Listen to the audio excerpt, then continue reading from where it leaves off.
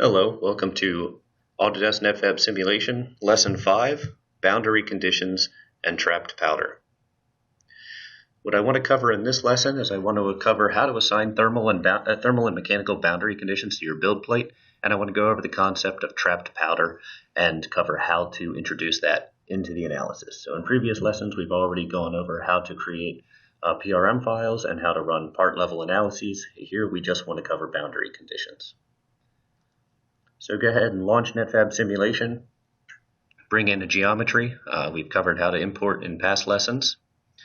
And the first thing we'll do is go to the Build Plate tab, and we're going to make this build plate a little bit bigger, say 50 by 50 in the XY plane. And now we're going to go to Analysis Setup. Once you're in Analysis Setup, go to the Analysis tab, the Build Plate tab. And we're going to modify the thermal and mechanical boundary conditions. So the first option to modify a boundary condition is heating. So this is the thermal boundary condition on the build plate. We have three options. You can have no prescribed thermal boundary condition. That would just be exposing the build plate to room temperature, and it's going to be allowed to heat up during the building process. You could assign an initial temperature to the build plate, which would be prescribing a temperature to the build plate at the start of the build process, but then not holding it at that temperature for the entire build process. And then the last option, of course, is a controlled build temperature, where you actually set a temperature on the build plate and you maintain that temperature throughout the entire build process. Then the fixture option controls the mechanical boundary condition, and there are two options. The first is fix the entire bottom. What this does is it takes all of the nodes on the bottom of the build plate and it fixes them in all degrees of freedom. The second option, which is a more realistic boundary condition for when you're simulating entire build plates, fix to the bottom and release after cooling. What this does is it simulates the effect of having bolts in the four corners of your build plate. And then when the deposition process is completed and the part is cooled to room temperature, those boundary conditions are going to be removed, and that's going to simulate the effect of going into your build chamber and actually unbolting those bolts.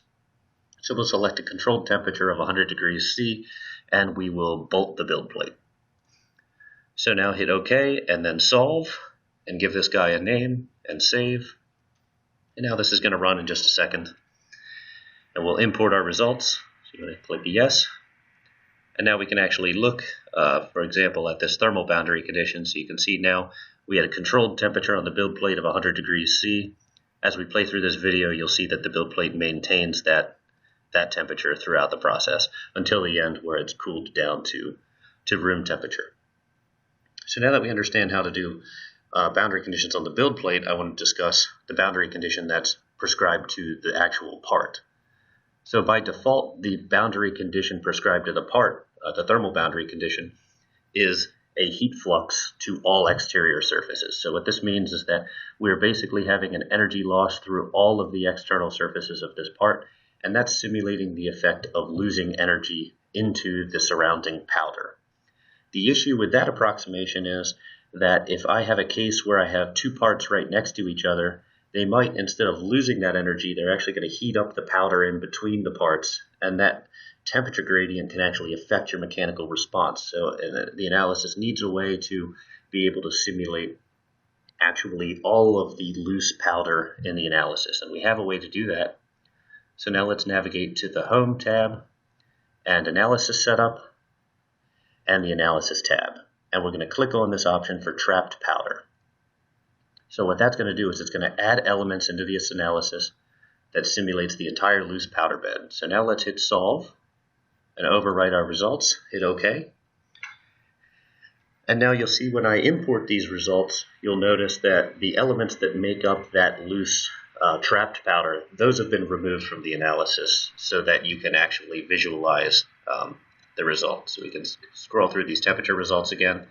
So when you import these results, it looks the same as before, but it's actually, the boundary condition has changed. We've actually simulated all of the loose powder in this case. And we can see this by going back to Home, and then we can import these thermal results. So if you go to Import, you'll notice that you've created a file that's whatever you named your analysis, and then underscore thermal.case. So we want to select that thermal.case file and hit Open. And then OK. And now we'll turn off the build plate and the STL, and we will turn on our results. So now for these thermal results, you'll notice we actually have the entire the entire powder bed meshed. So if we right-click on temperature and go to render properties, we can turn that mesh on. Click element edges on, and OK. And you'll notice now as we play through the results that we're adding elements for the entire powder bed and actually simulating the conduction into that loose powder material. So this is a very realistic way to get results. And then in some cases you may notice a little bit of extra powder being added into the analysis. This is just a numeric trick to speed up runtime. So in the previous lesson I covered the voxel meshing strategy and mesh adaptivity. So this extra material that you see here is just to allow us to coarsen mesh far away from the build, because the coarsening has to be done in 3 dimensions. So in order to coarsen in the XY plane, we also need to add a little bit of Z material. So that's not going to affect the analysis results. It's just going to speed up runtime, and you will notice this in some cases when using trapped powder. So just to go over what we covered here, we went over how to prescribe a controlled temperature boundary condition to the build plate. We simulated the effect of putting bolts into the build plate and removing them.